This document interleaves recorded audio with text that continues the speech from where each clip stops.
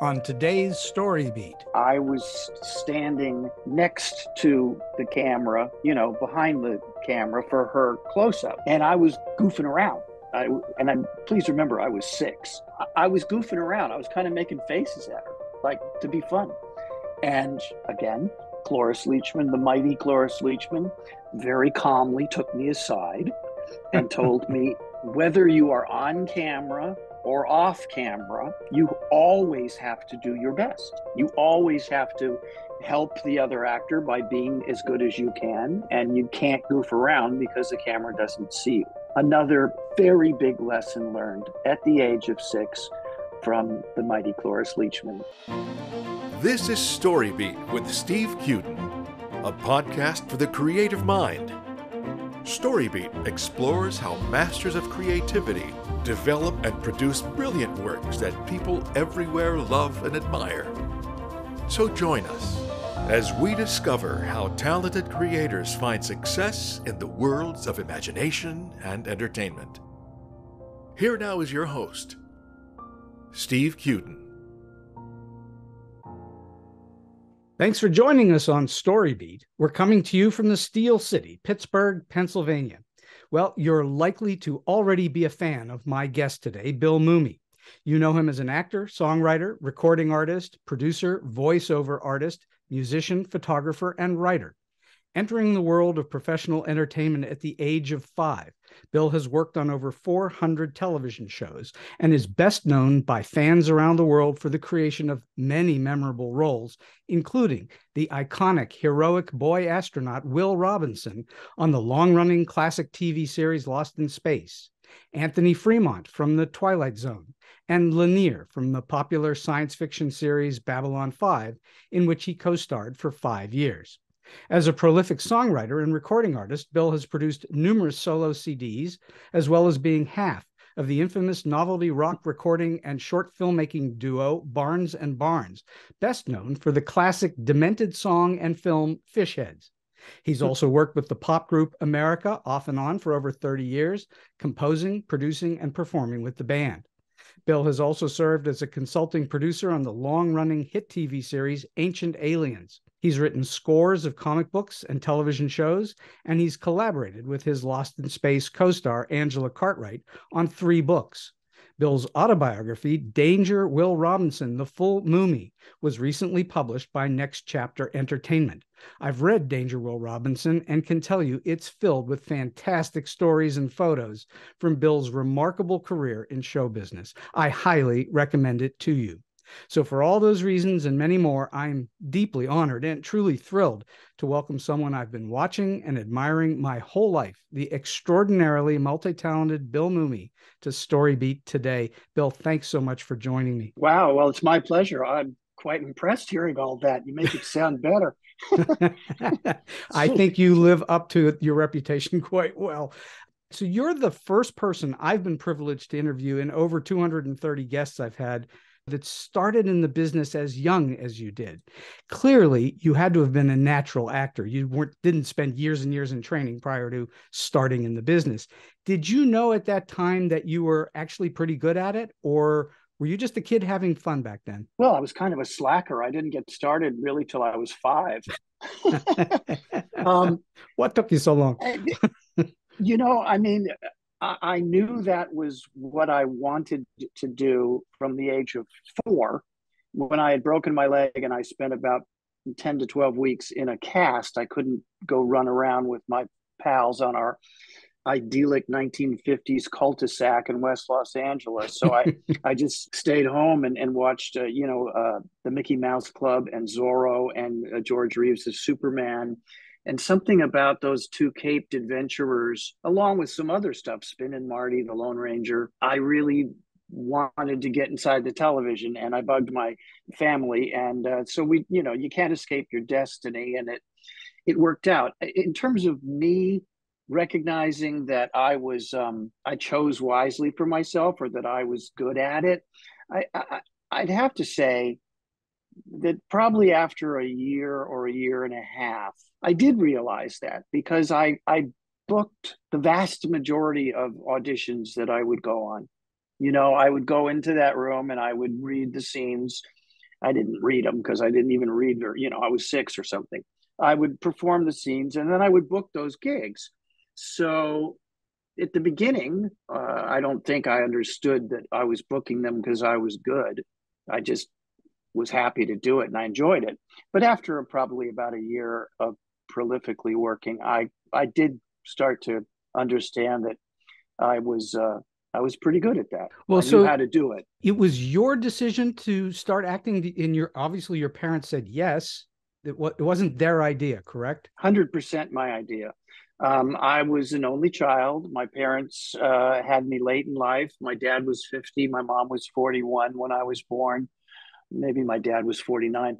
We lived in West LA. My mother had worked at 20th Century Fox Studios as a writer's secretary for 11 years before she married my dad.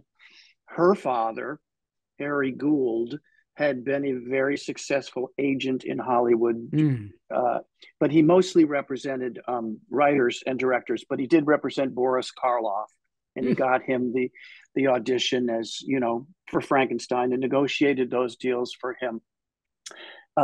My grandfather, Harry, had passed away before I was born, but my point here is my family, and my father was at that point in our life, in the mid 1950s, my father was a wealthy man. So his response to my mother was, well, if he really wants to do it and you want to go with him and check it out, go ahead.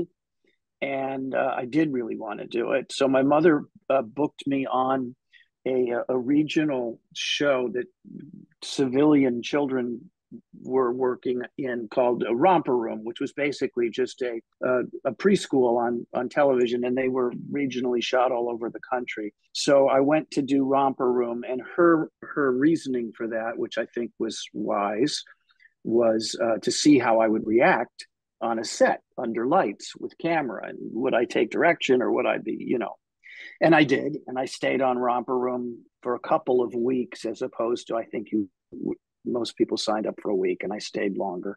So, anyway, it was 100% my energy that led to that. And my parents weren't intimidated by television or the show business. It wasn't something that had some phony allure to them. They understood it, especially my mom. And it worked out okay. I assume it was a little bit of a gentler time than it is today in the business. Not quite so hurly-burly, but still, it was the business. Yeah, I mean, there's a big difference, and I'm sure we'll get into more detail. But of course, there's a big difference between playing, acting, or art and show business. They're completely separate categories, sure, in a way, although they all merge together at certain times, especially if you're a little kid. There's rules in place, and those rules were in place by the time I was old enough to start working professionally. I mean, there are child labor laws, and there are Jackie Cuden laws where, a certain percentage of a minor's income is placed in a trust for them so that when they come of age, they won't have nothing. Now, my parents invested all of my money earned as a child actor quite well and didn't need it for their own well-being. I do know lots of ex-child actors whose parents relied on a lot of their income, and when they came of age, there was very little for them. Nothing left. Well, there's something. Believe me. I mean, the Jackie Coogan rule. I don't remember what it is. It's not a lot, but I think it's 20% or something. I really don't quote me on the percentage, but the parents could take the majority of their child's money if they needed to or wanted to.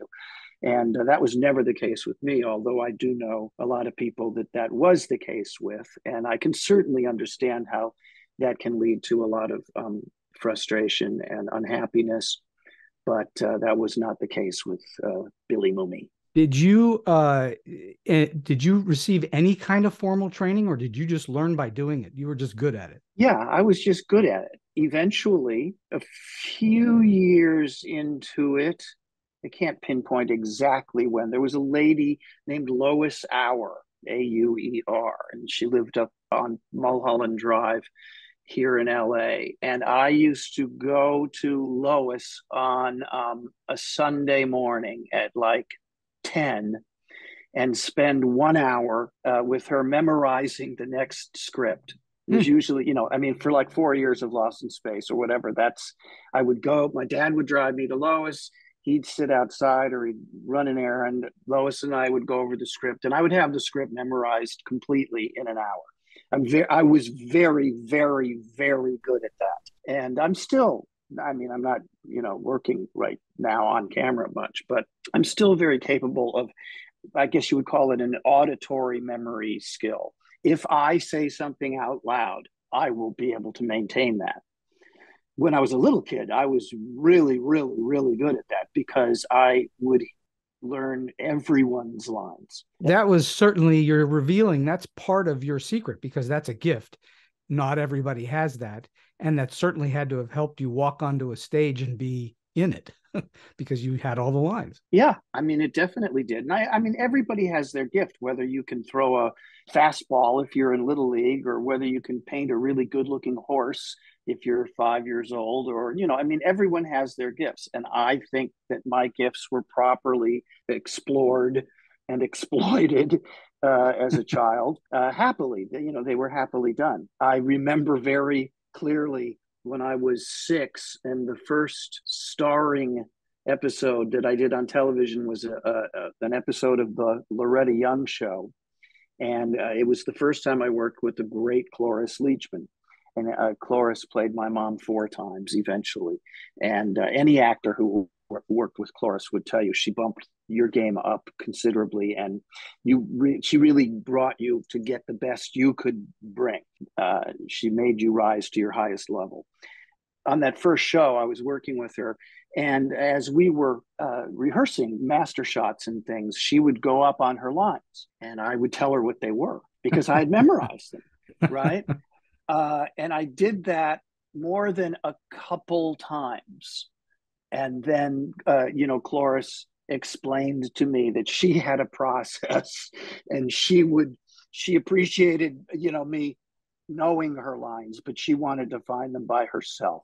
So that was a very early learning thing for me. And I very, very, very rarely ever told anyone else who was searching for their lines what their lines were to be. Even though you knew them. Even though I knew them. Cloris also taught me on that show, that Loretta Young show, which was called My Own Master. We had done a heavy scene where I had to cry or she had to cry, and it was a big, heavy, dramatic scene. And then we were getting into coverage, and I was standing next to the camera, you know, behind the camera for her close-up, and I was goofing around. Please remember, I was 6. I was goofing around. I was kind of making faces at her, like, to be fun.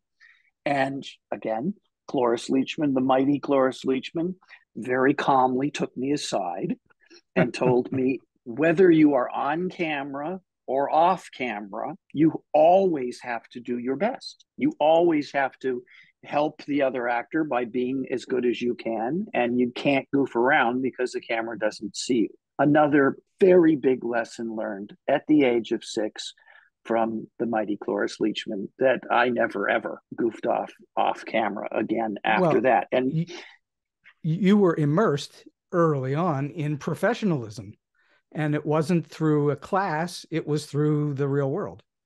And that's a huge difference, I think. And many people don't get that kind of training until later, much later in life. Well, many people don't get the opportunity to work with countless iconic actors and directors and producers like I did. Sure, of course.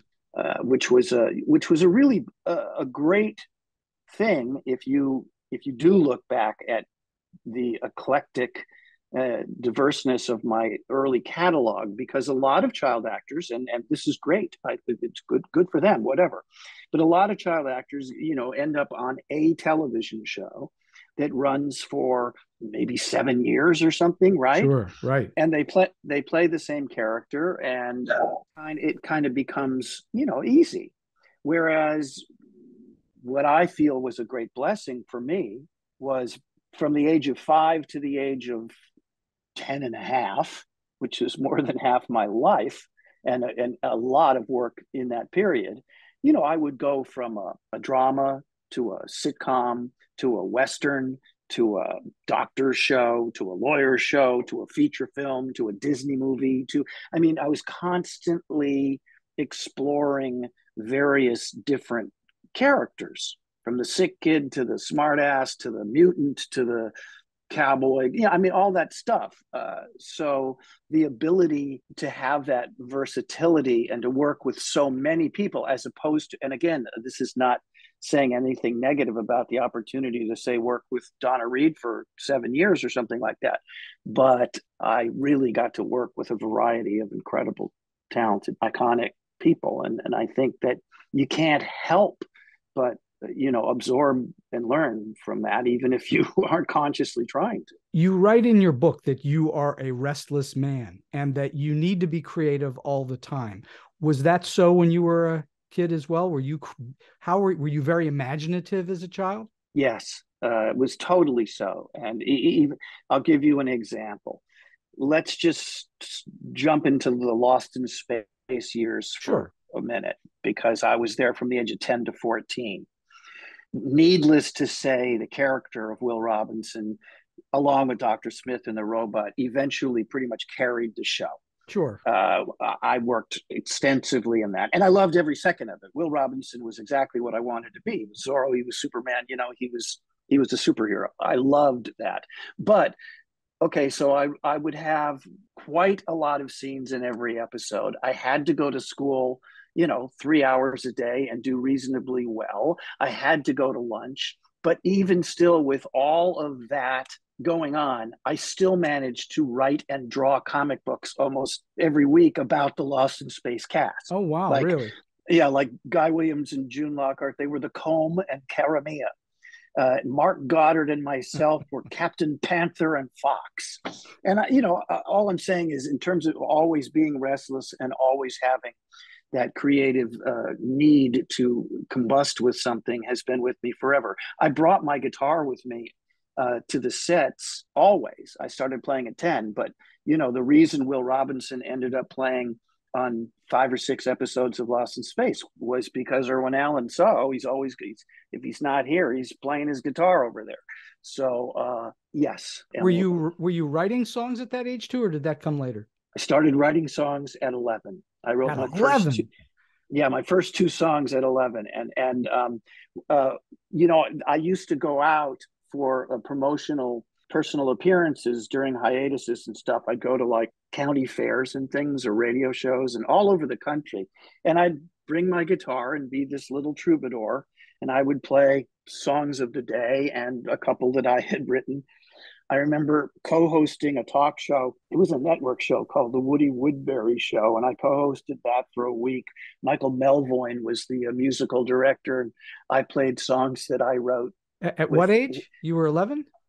Yeah, I might have been 12, 11. Wow. But the first 2 songs I wrote, I was 11. I Hear the Train is still not embarrassing. It's not bad.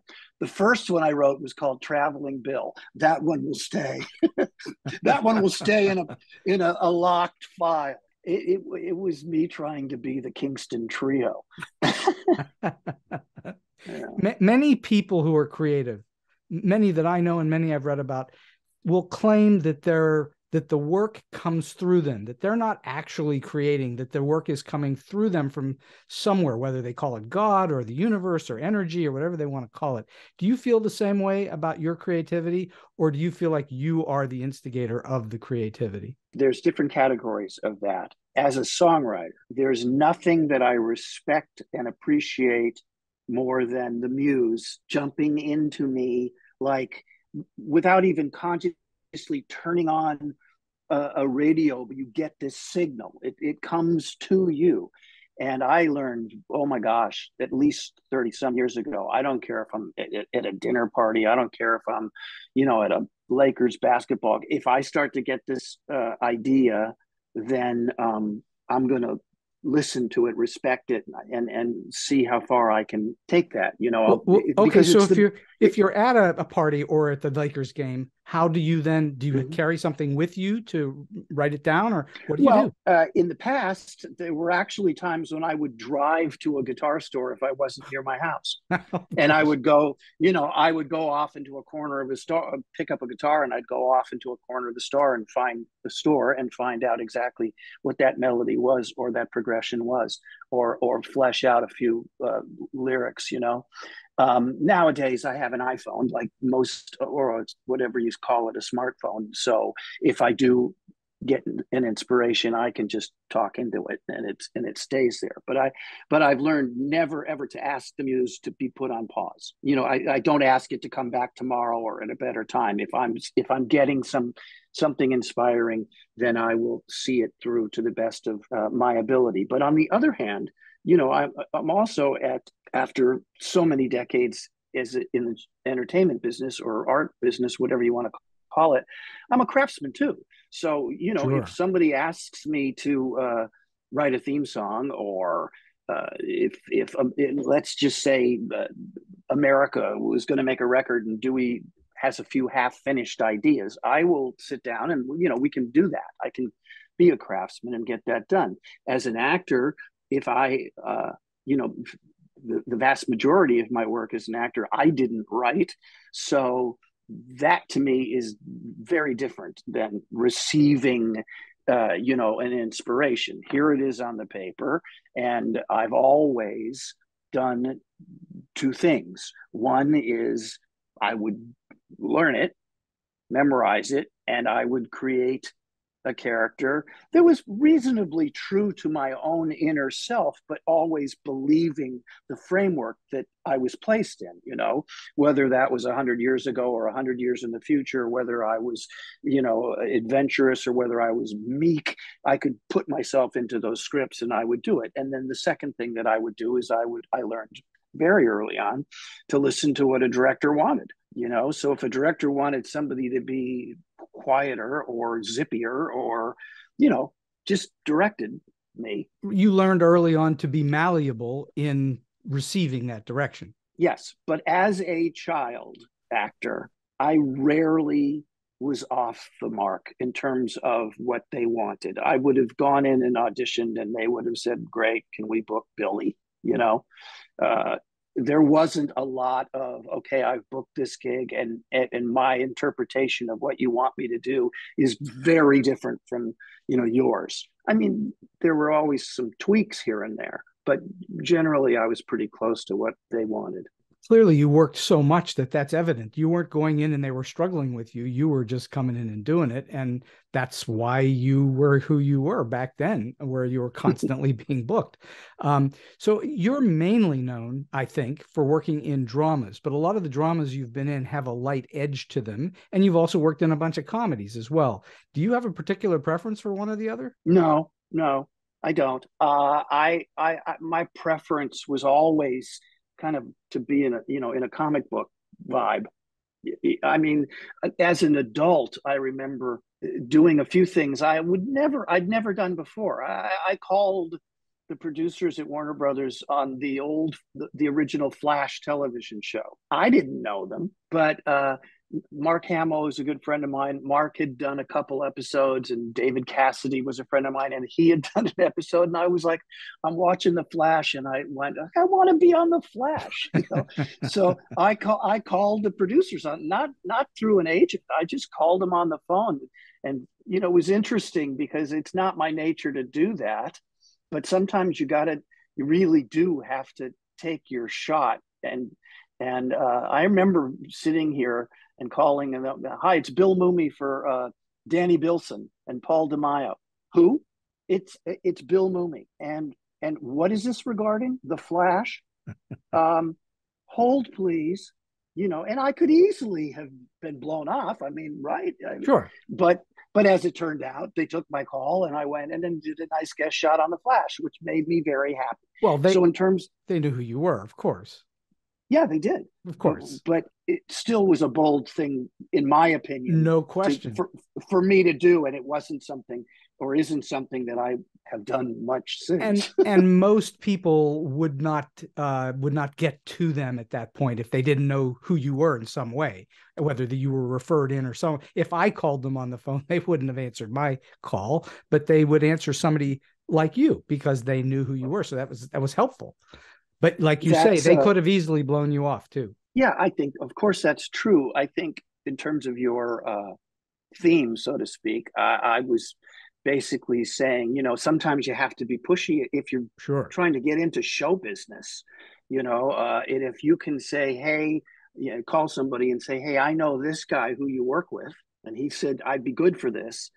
There's so many different, levels of achieving. And now there's so many more shows than there ever were. I mean, when I was working prolifically as in the old days, so to speak, there were only 3 networks. There were no cable shows. There was no streaming. There was no internet. There was no YouTube. I mean, none of this. It was just CBS, NBC, and ABC. People couldn't take their home video camera and go out and make a movie. You had to go and get a big, expensive set worth of cameras and lights and everything else. Not anymore. So there's a lot more opportunity. Exactly. Oh, there's no comparison in terms of the opportunities to create decent work now at almost no budget whatsoever.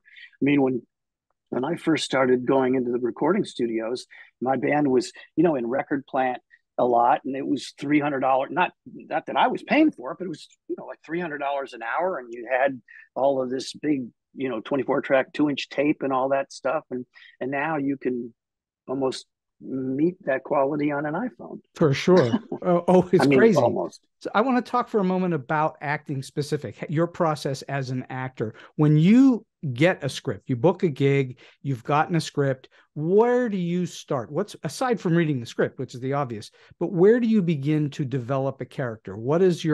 How do you go about it? What's your process? Well, I'll read it out loud by myself several times and find an iambic pentameter that I think fits the dialogue. I'll look for a rhythm to the way a certain character might speak.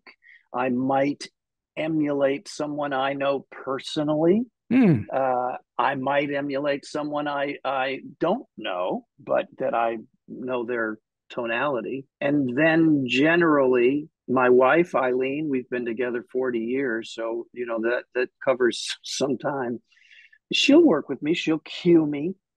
She'll sit and cue me, and she'll give me feedback. And by the time I go to work, whether it's an 8-day drama or whatever, but by the time I go to work, I will feel very prepared. I won't go to work not knowing my lines. So I'm always pretty confident in the fact that I won't get there and blow it. We'll put it that way. Has that process become easier for you over the years? I don't seek out on-camera work much. I did 5 years on Babylon 5 with this alien makeup on and stuff. And by the way, the character of Lennier that I played in Babylon 5 was based on a cross between a friend of mine, and I hate to say this, but it's true. Tonally, the voice was based on David Carradine in Kung Fu a little bit.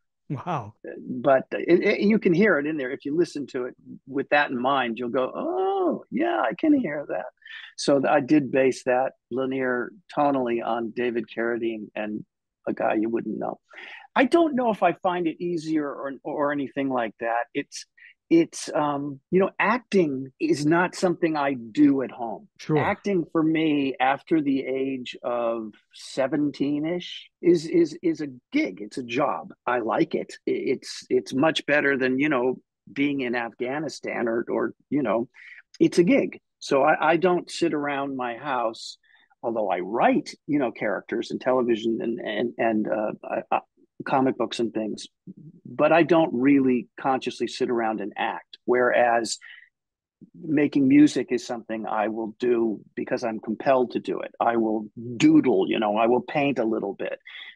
I will write stories. Those things I do because I hate that word, but it's true. I'm compelled to do it.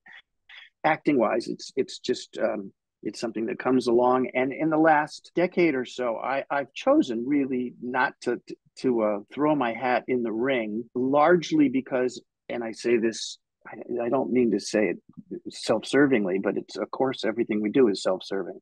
You know, our union, the Screen Actors Guild, has really been whittled down incredibly from what it used to be. Mm-hmm. And people can work as a professional actor now for a whole lot less money than, you know, I was working for 50 years ago.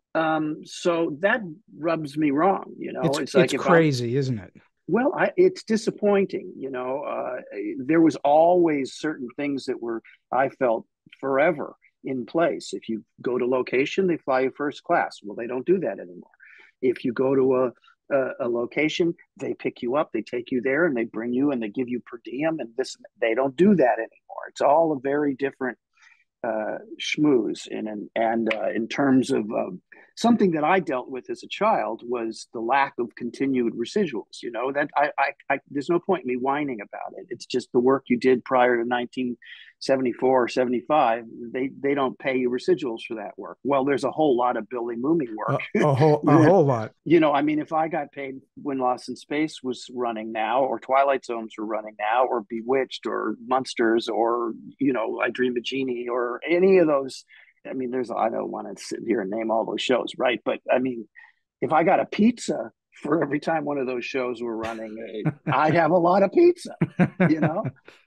So when I see the reality of a working actor now being paid so little and treated so less than well as we all used to be treated, and I see so many hungry guys who would cut off a toe to go do 4 lines on a Law and Order.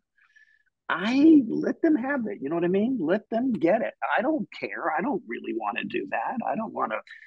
Your focus has become on music. It's mostly music and art and other things that are still creative, but not necessarily in the acting business so much. I would love to be working on a good project as in a film or television if I felt it was the package was right and I was, sure. You know, otherwise I'm fine. You know, I mean, I'm 68 years old. I started working at 5.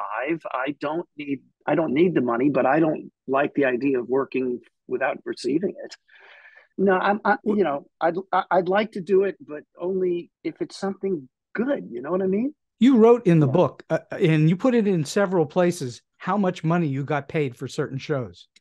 You know, that was I'll say this about the writing, the process of writing the book. I'm I am very actually COVID cautious. And I see my family. I see my son and my daughter and my grandchildren. And other than that, I don't go out or go into places very much. So during the last 2 years and 9 months, I've been incredibly prolific and productive from my house. I mean, I've made a lot of records. I'm working on a musical play with Paul Gordon, a Tony-nominated, talented guy who I used to be in a band with. I've painted a lot. I've managed to get another 3 seasons in consulting producing on Ancient Aliens. We just got picked up for a new season. I've got notes here to give when you and I are wrapped up on 6 acts of the upcoming episode.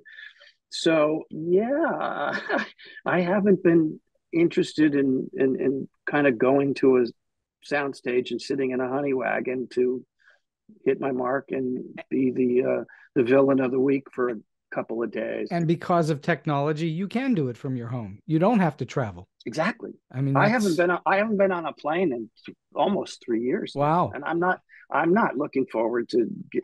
I know a lot of people, and I say this, a lot of impressive people: Beach Boys, Ringo Starr, the band America, that level of people that are friends of mine, and they're out on the road again, thinking that was safe to do. And boy, it hasn't been. Tours get canceled midway through. You're stranded in a hotel somewhere for 2 weeks or a week or whatever with a fever, wondering how the heck did that happen to me?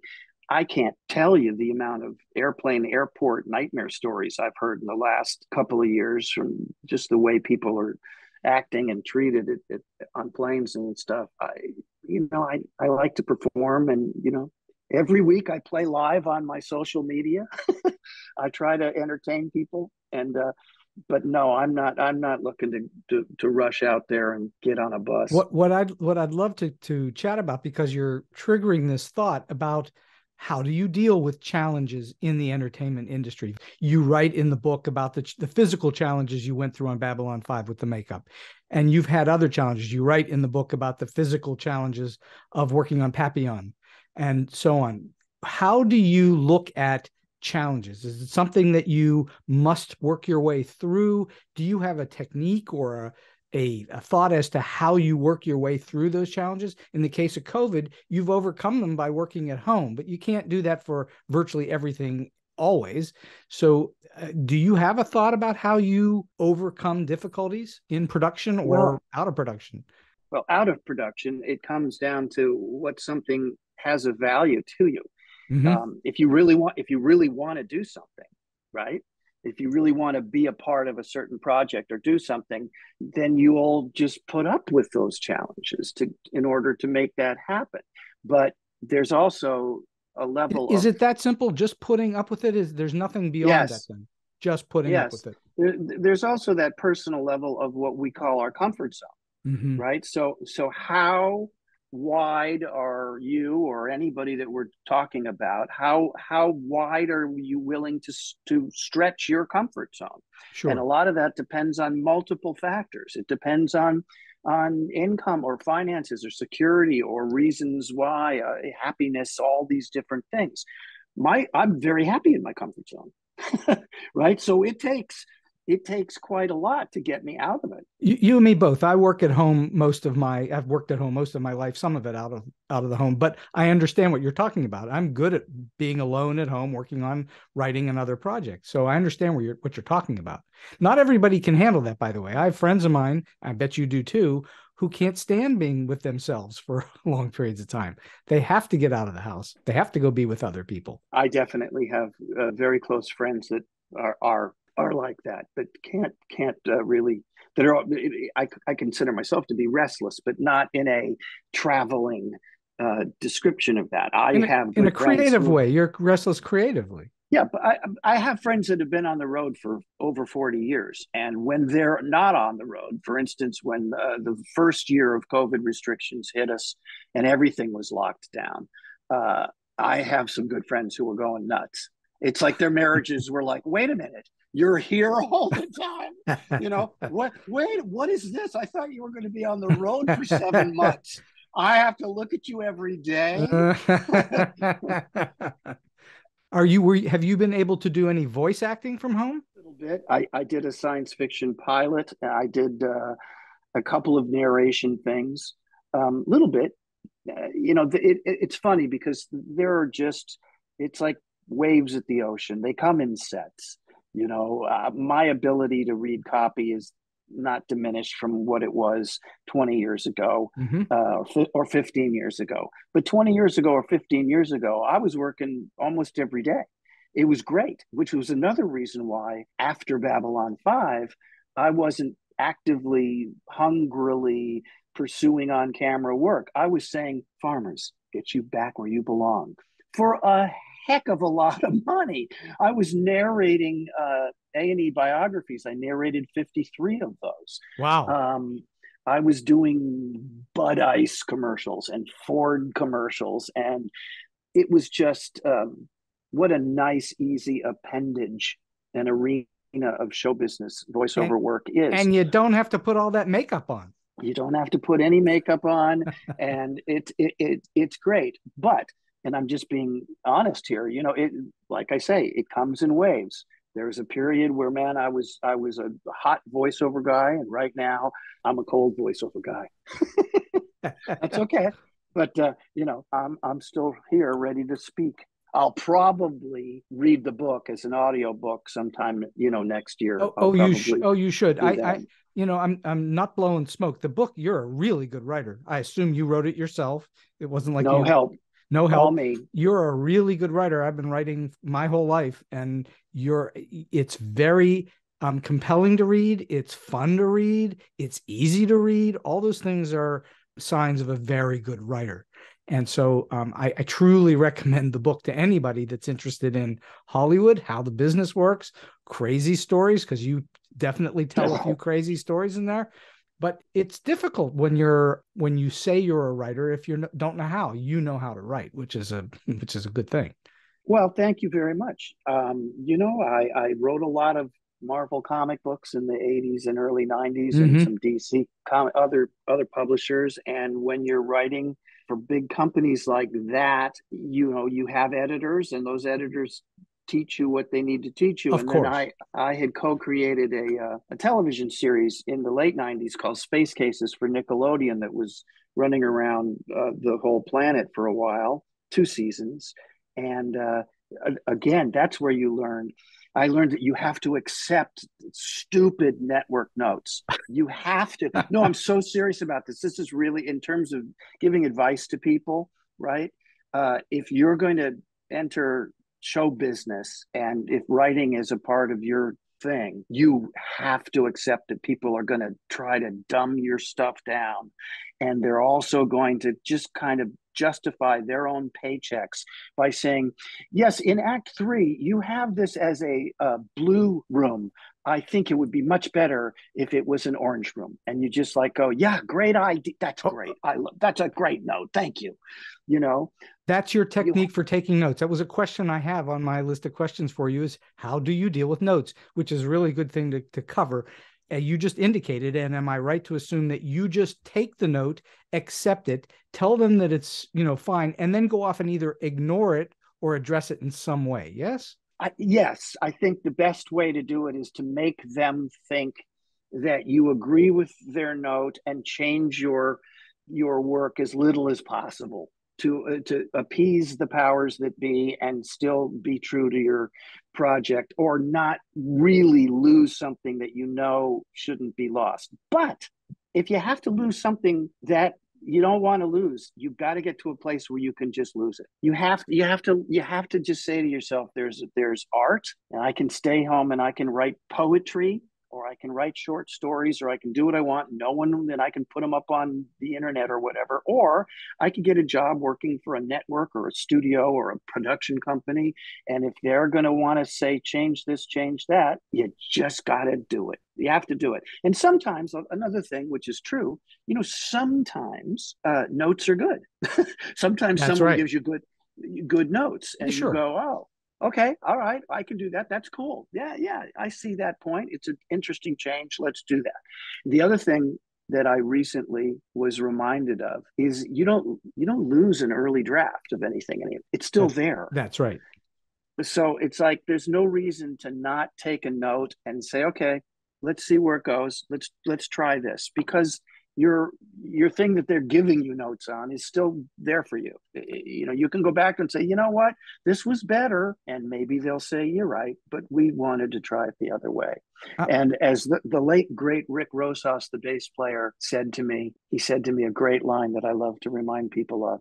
It's, you can't erase it if you don't record it. Oh, yes, that's absolutely true. I'm so glad you're saying that about notes, because I've taught my students for a long time, no matter how horrible the notes are, and they can be pretty horrible and stupid sometimes, take the notes, just say thank you very much, because sometimes occasionally that horrible note will actually trigger another thought that improves things that had nothing to do with the note.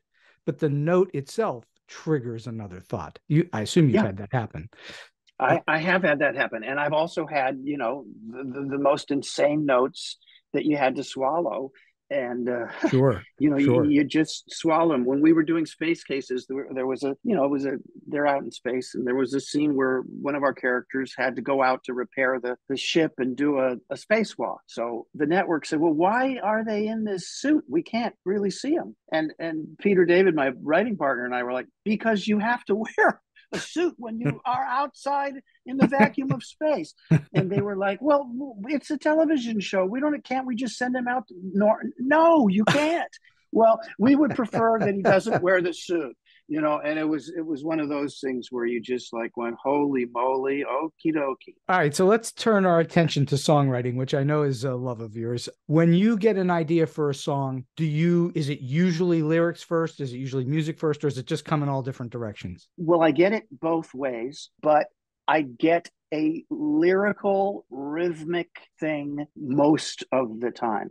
I'm a multi-instrumentalist, and I find like if I'm sitting at a piano, it's more likely that I'll get an instrumental melodic progression going without a lyric. But I usually won't pick up a guitar and just start finding that if I don't have like a story or the beginning of a story or some rhythm of a handful of words, more than a handful, a verse and a chorus or something, more often than not, I will get some lines, lyrical lines in my head, and then I will usually actually physically write them down with a pen. And if it's 3 a.m, I'll speak them into my cell phone or whatever, the smartphone. But I do get them both ways. But are they typically a hook? Are those things usually hooks, or are they just something within a song? No, they're usually the beginnings of a song. They're usually a verse. And a lot of times, I will get that rhythm to those lines of a verse, and I'll write maybe 4 verses. And then finding the hook is the hard part, because you're on a groove with this verse thing, and it's got a rhythm, and and it's got, okay, the B rhymes with D, and it's got this thing, and then it's not done yet, so you have to either wait for that hook to kind of jump into you, or you have to craft it and find the hook. And it's obviously it's best when the whole thing just combusts out of you in 20 minutes, which also happens quite a bit, and those are the best ones. Or in my opinion, I end up feeling like those are the best ones when you get a whole song in like literally a half hour, and maybe you'll spend another day or half a day fine tuning it, but basically you're gifted a song. That's the best. Is that's a pretty typical routine for you to go through something like that? I mean, it's not an intentional routine, but that's typically the way that it unfolds for you, where it's either very quick or you have to spend a little more time on it. But I'm getting a picture here that you don't dwell on songs for long periods of time like a painter might take a year to paint a painting. No, I don't.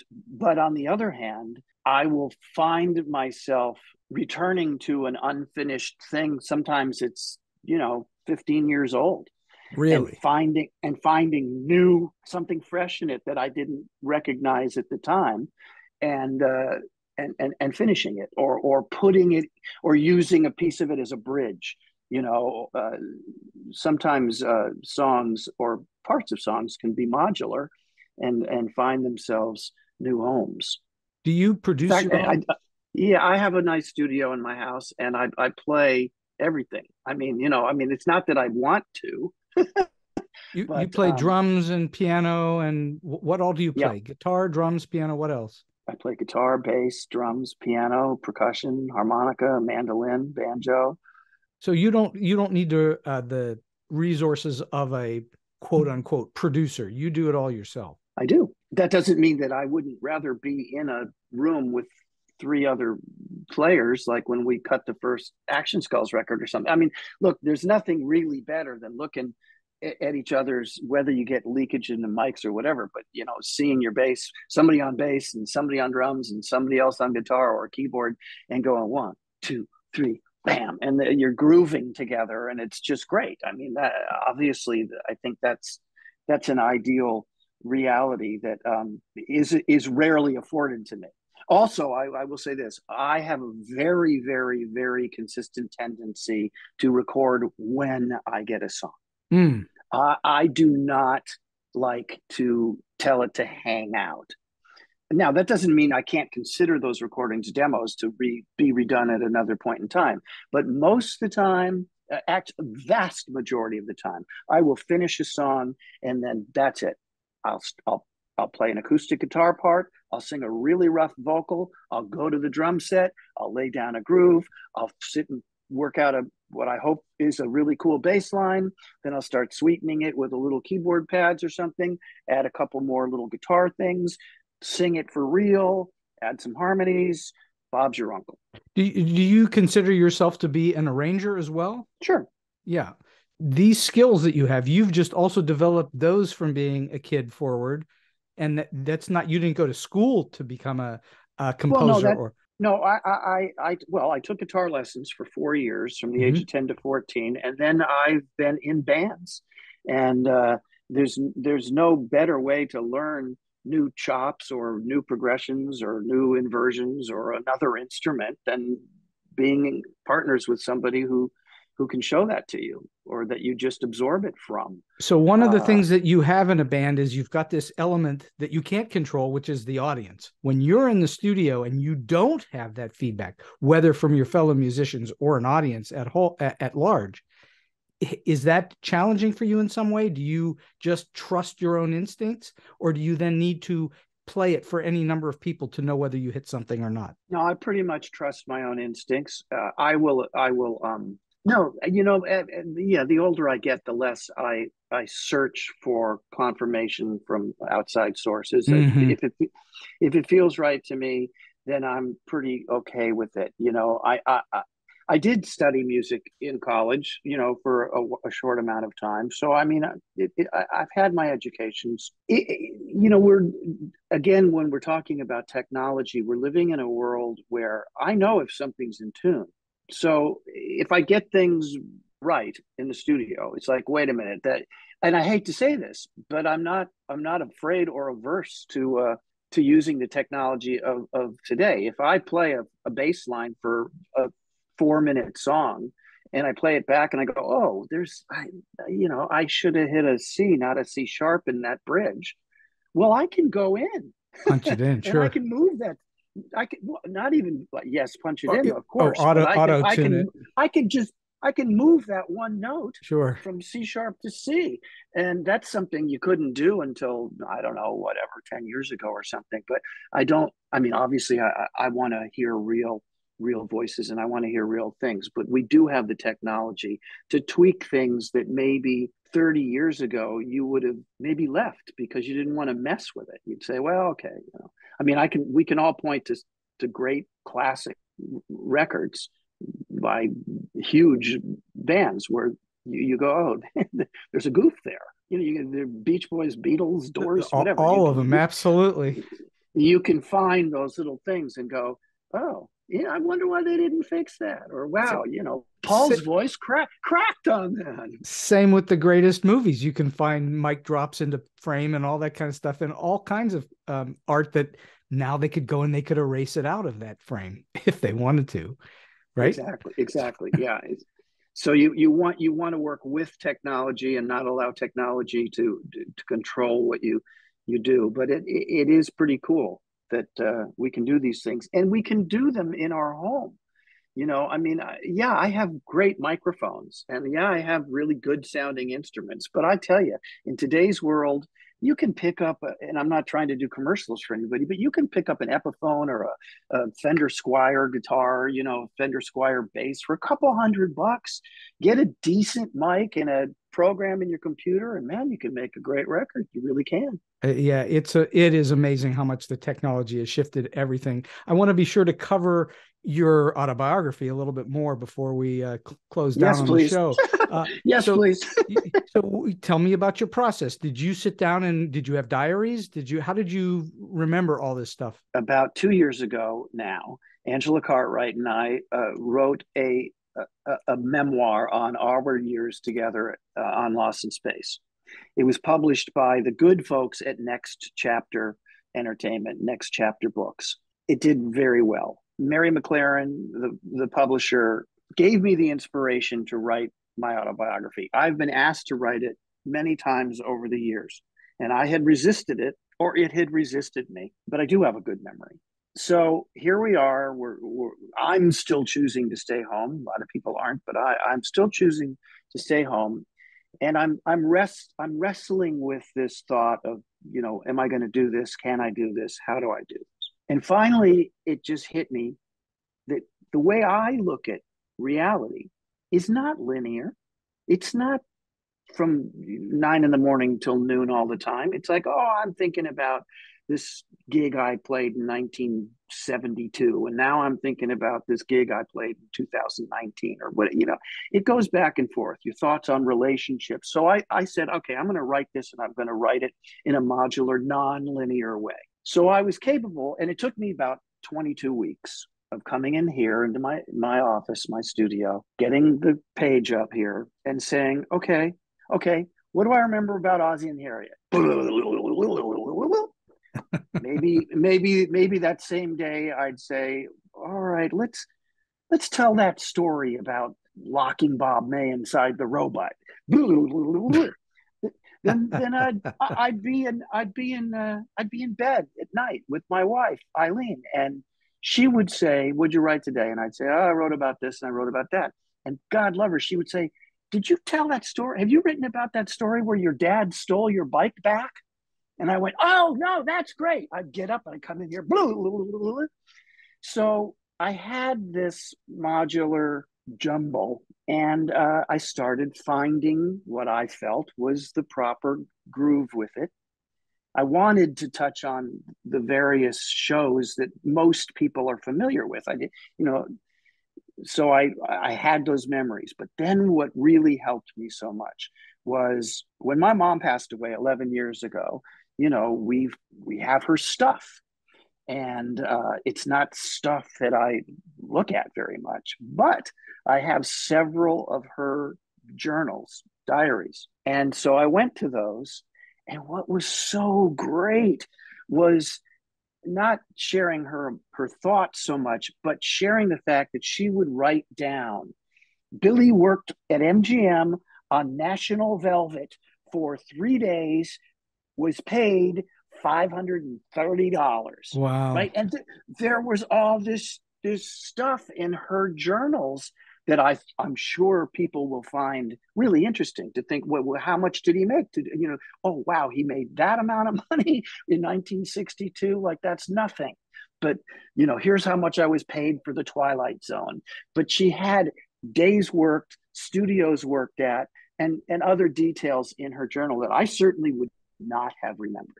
Sure. Now, I would have been able to tell you mostly correctly, not 100%, but okay, I shot that at Columbia, or I shot that at Universal. But I worked at every studio in town all the time, back and forth. So I wasn't like, oh yeah, was that in Culver City or was that in Studio City? Where did I? And it was all in her journals. So that information that's in the book is true, and it was really fun to do it that way. And then I gave I'll be honest, I want to give kudos to a very talented, good longtime friend of mine, is Sean Cassidy. Sean's a very prolific writer and producer, and we've been friends since he was 14. And I was in his band when he was a giant teen idol. I gave him an early copy of what I felt was the book. And Sean gave me some wonderful notes. And again, here we go with notes, right? I respect. Sure. I've been reading his pilots and things that he's written for 25 years now, and I give him notes, and he appreciates those. And he gave me some notes on the book that were extremely helpful. And it took you 22 weeks to write the whole thing? Yeah. And then did you get a lot of feedback from the publisher as well? They were very happy with, the same earlier versions that I had given to Sean or something I had given to them. And they were excellent editors in the sense that we spent many rounds going through, typos and corrections that were, I haven't found any yet. I think they really got them, they also would say to me, Mary would say to me, "Are you sure you want to say that?" And I would live with that question. And several times the answer was, "No, I don't need to say that. I can take that out. I'm better served without saying that." Mm-hmm. There's also some very there's some. I mean, it's my autobiography, but there's some personal stories of people I worked with that I wanted their approval before I told people, "Well, this guy had a bad acid trip," right? I wanted them to say, "Yeah, you can share that. Go ahead." that's okay. So there were other things like that where a chapter here and a chapter there was sent to somebody that was very much a part of that chapter, and I got their approval. Nobody said to me, no one said to me, I wish you wouldn't do that. I wish you wouldn't say that. So that was really great. But there were a few times when no one said that to me, but I thought, I'll bet they'd be happier if I didn't say that. Mm-hmm. And I took it out. I was just going to say, it's not a sugar-coated book in any way. No, it's not sugar-coated at all. You sort of lay it out there. And some of the stories that I read were like, holy mackerel. Those are amazing stories I've certainly never heard before. And, you know, I've heard a lot of show business stories. I've never heard those stories before. So that's, yeah, you kind of lay it on the line as to, especially in your youth, all the various, for lack of a better word, trouble you got into as a kid. You got into various and sundry things on sets that were really kind of interesting. And just the story of you driving around the was it the Fox lot that you were underage and you're driving around on the Fox lot every day? Every single solitary night, when certainly for the whole third season anyway. I think it was the second season too. It wasn't the first season. But the Fox lot was huge in the mid-'60s. It encompassed what is largely now known here as Century City. Century City. It was our back lot. There was a bridge. Anyway, it was 5 times the size that it is now. And every night when we wrapped, which was generally around 6:30, my mom had this beautiful 1962 Jaguar Mark II, and she would toss me the keys. And I would get in her beautiful Jag all by myself. My mom was only 5'1", so I didn't have to move the seat. And I'd get in that Jag, and I would drive all over the 20th Century Fox lot, back over the bridge to where all the shops were, and wave at the guys working in the paint department or the wardrobe department. And it would be about, I'm going to say 10 minutes. It wasn't like, some great quest, but it was just a ritual. And it was a great ritual that I very much enjoyed. And you were at what age at this juncture? 12 or 13. Oh, 12 or 13. So you were definitely underage. And you were not on the city street, so you weren't worried about getting arrested. Oh no, I was the prince of 20th Century Fox. I mean, I was very, very, very safe in terms of being in a world that was completely separate, a pocket universe from reality. Well, I've been having the most exceptional conversation with Bill Mumy on StoryBeat today, and we're going to wind this thing down a little bit. And I'm just wondering, you've told us just this last great story, but do you have any other crazy stories or offbeat, weird, quirky, or just plain funny stories that you can share? Well, yes, I do. And there's several of them, most of them in the book, but I'll share what I think is a funny story, and hopefully I'll share it in a way that your listeners will understand. We're going back to 1962 now, and we're on the Universal Studios lot, and I am working on a Bob Hope special, and it is being broadcast live. So when you work on live TV, it's a very, very different animal, and of course, extremely rare. But it wasn't extremely rare in the 1960s and 50s.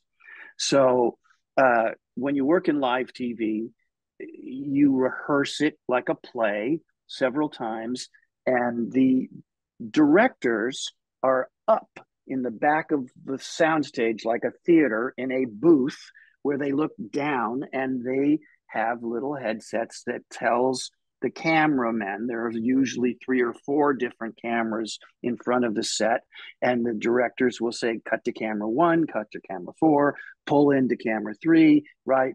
So there's constantly this change, and you rehearse it like a play, and then it goes live, and you shoot it, you tape it, whatever it is, it goes live.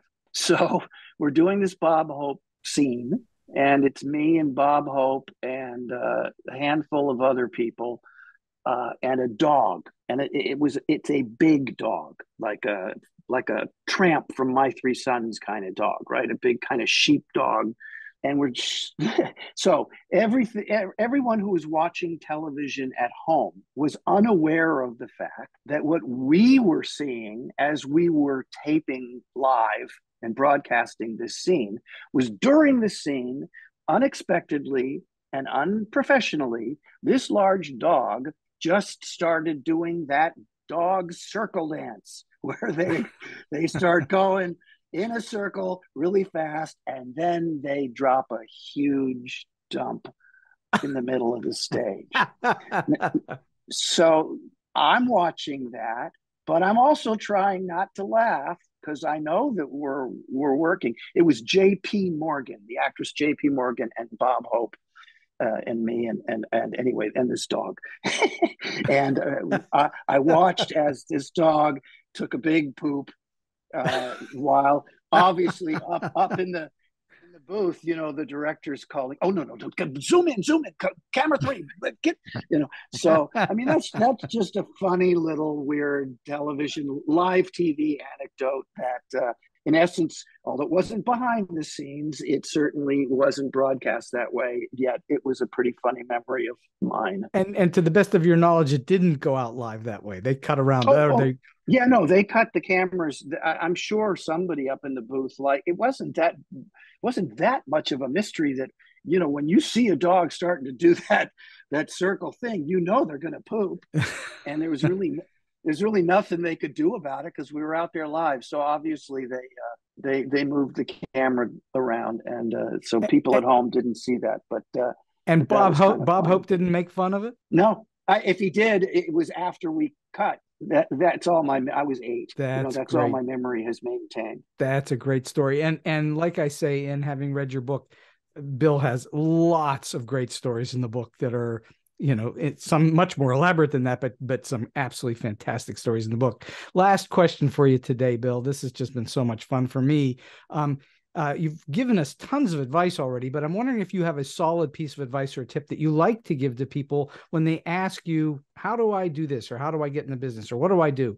Do you have a solid piece of advice that you like to give out? You have to understand the difference between art and business, because television, film, the music business, they're all run by moneymaker, accountant people. They're conglomerations of big money, and they're there to make money. So if you're willing to play the game and sacrifice the time it takes, then follow your dream. But you got to try to be objective about yourself. You have to think about it. Are you really great at this? I mean, are you really, really good at it? Do you really, really want to do this? Because there's a lot of rejection in art. Think about Vincent van Gogh, okay? Yes. He was really, really good at it, but it made him very miserable. So if you believe you're really good at it, follow your muse. But if you really want to play the show business game, then be willing to compromise, and you have to let rejection slide off your back. You can go into an audition, and of course nowadays basically auditions are sent in from a video that you do. You don't really, very few people go into studios with a casting director and sit in a room with people for most ancillary parts. And you might say, "Oh, I nailed that. Oh, I was that guy. That was perfect. I got every word out and I believed it. It was passionate. Oh, the lighting was good. This is great. I got this one." And you don't get it, right? For whatever reason. Then you see the person later, 6 months later, or 6 weeks later, who did book that gig. And you go, What? I was so much better. Well, guess what? That's showbiz. That's just showbiz. That is showbiz. It clearly wasn't your part to have for that time. But when you get booked, it is your part, and you can make hay with it. That's for sure. That's right. Bill Mumy, this has been just a fantastic hour plus on StoryBeat, and I'm so grateful to have had the opportunity to chat with you today, and I can't thank you enough. Well, thanks, Steve. It's been fun, and people can find the book Danger Will Robinson, The Full Mumy, at Amazon, at Barnes and Noble, wherever people buy books online. And if you want autographed copies of the book, you can get that from ncpbooks.com. And it's been a real good time today. So happy holidays, and thank you kindly. And so we've come to the end of today's Story Beat. If you like this episode, won't you please take a moment to give us a comment, rating, or review on whatever app or platform you're listening to. Your support helps us bring more great Story Beat episodes to you. StoryBeat is available on all major podcast apps and platforms, including Apple Podcasts, YouTube, Spotify, iHeartRadio, Stitcher, TuneIn, and many others. Until next time, I'm Steve Cuden, and may all your stories be unforgettable.